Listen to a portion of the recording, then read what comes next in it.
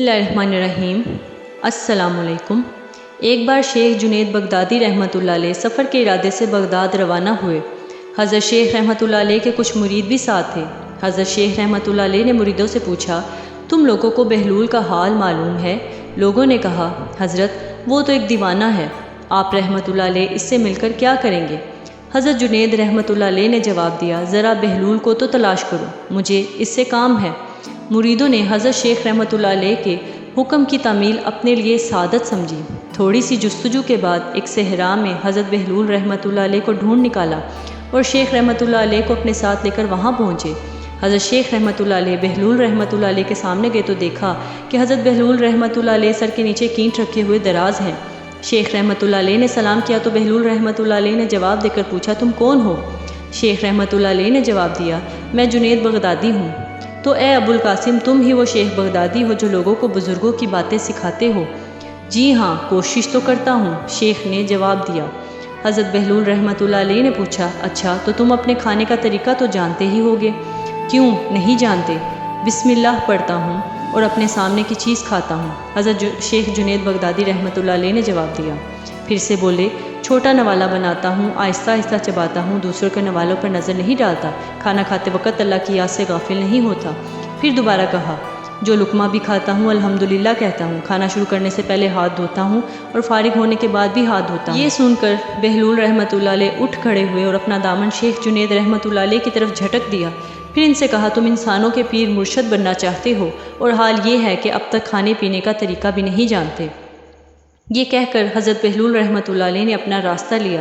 شیخ رحمۃ اللہ علیہ کے مریدوں نے کہا، یا حضرت یہ شیخ تو دیوانہ ہے۔ ہاں دیوانہ تو ہے، مگر اپنے کام کے لیے ہوشیاروں کے بھی کان کاٹتا ہے، اس سے سچی بات سننا چاہیے، آؤ اس کے پیچھے چلیں، مجھے اس سے کام ہے۔ بہلول رحمۃ اللہ علیہ ایک ویرانے میں پہنچ کر ایک جگہ جا کر بیٹھ گئے۔ شیخ بغدادی رحمۃ اللہ علیہ اس کے پاس پہنچے تو انہوں نے شیخ رحمۃ اللہ علیہ سے پھر یہ سوال کیا، کون ہو تم؟ میں جنید بغدادی ہوں جو کھانا کھانے کا طریقہ نہیں جانتا۔ بہلول رحمۃ اللہ علیہ نے کہا، خیر تم کھانا کھانے کے آداب سے تو ناواقف ہو، لیکن گفتگو کا طریقہ تو جانتے ہی ہوگے۔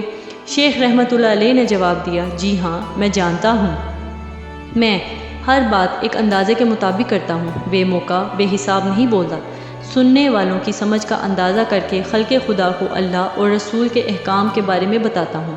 یہ خیال رکھتا ہوں کہ اتنی باتیں نہ کہوں کہ لوگ مجھ سے بیزار ہو جائیں، باطنی اور ظاہری علوم کے نقطہ نظر میں رکھتا ہوں۔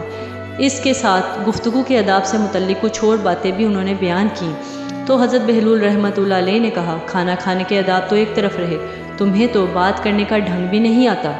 پھر حضرت شیخ رحمۃ اللہ علیہ سے منہ پھیرا اور ایک طرف چل دیے۔ مریدوں سے خاموش نہ رہا گیا۔ انہوں نے کہا، یا حضرت یہ شیخ تو دیوانہ ہے، آپ رحمۃ اللہ علیہ دیوانے سے بھلا کیا توقع رکھتے ہیں؟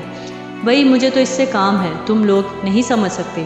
اس کے بعد حضرت شیخ رحمۃ اللہ علیہ نے پھر سے حضرت بہلول رحمۃ اللہ علیہ کا پیچھا کیا۔ بہلول رحمۃ اللہ علیہ نے مڑ کر دیکھا اور کہا، تمہیں کھانا کھانے اور بات کرنے کے آداب نہیں معلوم، سونے کا طریقہ تو تمہیں معلوم ہی ہوگا۔ شیخ رحمۃ اللہ علیہ نے کہا، جی ہاں معلوم ہے، جب میں عشاء کی نماز اور درود و وظائف سے فارغ ہوتا ہوں تو سونے کے کمرے میں چلا جاتا ہوں۔ یہ کہہ کر شیخ رحمۃ اللہ علیہ نے سونے کے وہ آداب بیان کیے جو انہیں بزرگان دین کی تعلیم سے حاصل ہوئے تھے۔ بہلول رحمۃ اللہ علیہ نے کہا، معلوم ہوا کہ تم سونے کے آداب بھی نہیں جانتے۔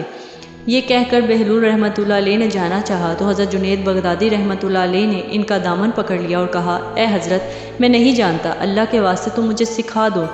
کچھ دیر بعد بہلول رحمۃ اللہ علیہ نے کہا، میاں یہ جتنی باتیں تم نے کہیں سب بات کی چیزیں ہیں، اصل بات مجھ سے سنو۔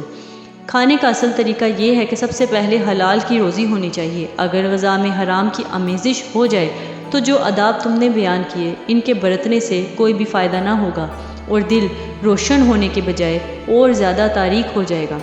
حضرت شیخ جنید رحمۃ اللہ علیہ نے بے ساختہ کہا، جزاک اللہ۔ پھر حضرت بہلول رحمۃ اللہ علیہ نے بتایا، گفتگو کرتے وقت سب سے پہلے دل کا پاک اور نیت کا صاف ہونا ضروری ہے، اور اس کا بھی خیال رہے کہ جو بات کہی جائے اللہ کی رضا کے لیے ہو۔ اگر کوئی غرض یا دنیاوی مطلب کا لگاؤ یا بات فضول قسم کی ہوگی تو خواہ کتنے ہی اچھے الفاظ میں کہی کیوں نہ جائے، تمہارے لیے وبال بن جائے گی۔ اس لیے ایسے کلام سے خاموشی بہتر ہے۔ اسی طرح سونے سے متعلق جو کچھ تم نے کہا وہ بھی اصل مقصود نہیں ہے۔ اصل بات یہ ہے کہ جب تم سونے لگو تو تمہارا دل بغض، کینہ اور حسد سے خالی ہو، تمہارے دل میں دنیا اور مال دنیا کی محبت نہ ہو اور نیند آنے تک اللہ کے ذکر میں مشغول رہو۔